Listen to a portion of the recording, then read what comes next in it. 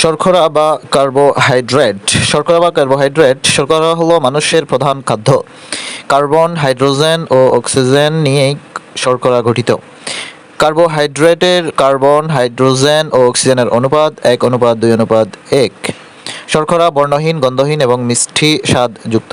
Carbohydrate, hydrogen, অক্সিজেনের অনুপাত পানির মতো হওয়ায় কার্বোহাইড্রেটকে হাইড্রেট অফ কার্বন বা কার্বনের পানি বলে। কার্বোহাইড্রেটের শ্রেণীবিভাগ। রাসায়নিক গঠন অনুসারে কার্বোহাইড্রেটকে 3 ভাগে ভাগ করা যায়। সেগুলো হলো মনোস্যাকারাইড, ডাইস্যাকারাইড এবং পলিস্যাকারাইড। মনোস্যাকারাইড হলো এক অণু বিশিষ্ট শর্করা, যেমন গ্লুকোজ, ফ্রুক্টোজ এবং গ্যালাক্টোজ। ডাইস্যাকারাইড হচ্ছে 2 অণু বিশিষ্ট শর্করা, যেমন সুক্রোজ, ল্যাকটোজ ইত্যাদি। সুক্রোজকে ইকোচিনি বা বিট সুগার বলে। 1 অণু সুক্রোজ সমান 1 অণু গ্লুকোজ যোগ 1 অণু ফ্রুক্টোজ। পলিস্যাকারাইড বহু অণুবিশিষ্ট শর্করা, স্টার্চ বা শ্বেতসার, গ্লাইকোজেন, সেলুলোজ ইত্যাদি। কার্বোহাইড্রেটের উদ্ভিজ্জ উৎস স্টার্চ বা শ্বেতসারের মধ্যে রয়েছে ধান, গম, ভুট্টা ও অন্যান্য দানা শস্য স্টার্চের প্রধান উৎস। এছাড়াও আলো, রাঙা আলো, কচু ইত্যাদি। গ্লুকোজের উৎস হলো এটি চিনির তুলনায় কম মিষ্টি। এই শর্করাটি আঙ্গুর, গাজর, খেজুর ইত্যাদিতে পাওয়া যায়। ফ্রুক্টোজ আম, পেঁপে, কলা, কমলালেবু প্রভৃতি মিষ্টি ফলে ও ফুলের মধুতে ফ্রুক্টোজ থাকে, ফলে এই শর্করা বলে। সুক্রোজ থাকে হলো আখের রস, চিনি, গুড়, মিশ্রি এই উৎসে।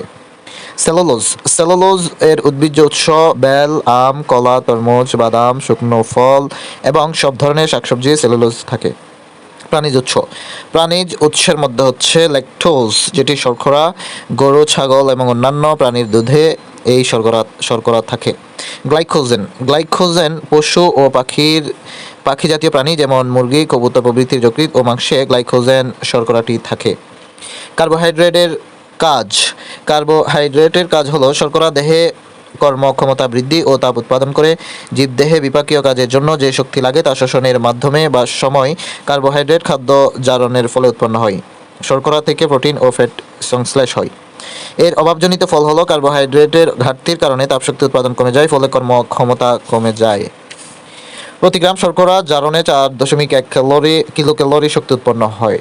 পুষ্টিবিদদের মতে মানুষের দৈনিক ক্যালোরি চাহিদার ন্যূনতম 58-60% শর্করা জাতীয় খাদ্য থেকে গ্রহণ করা উচিত।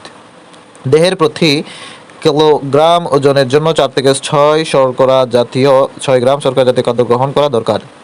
পূর্ণবয়স্ক ব্যক্তির দৈনন্দিন ন্যূনতম 300 গ্রাম শর্করা জাতীয় খাদ্য গ্রহণ করতে হবে। এতে 1200 থেকে 1800 ক্যালোরি শক্তি পাওয়া যাবে। খাদ্যের মধ্যে নিহিত শক্তিকে খাদ্য ক্যালোরি বা কিলোক্যালোরি হিসেবে মাপা হয়। ক্যালোরি শক্তির একক।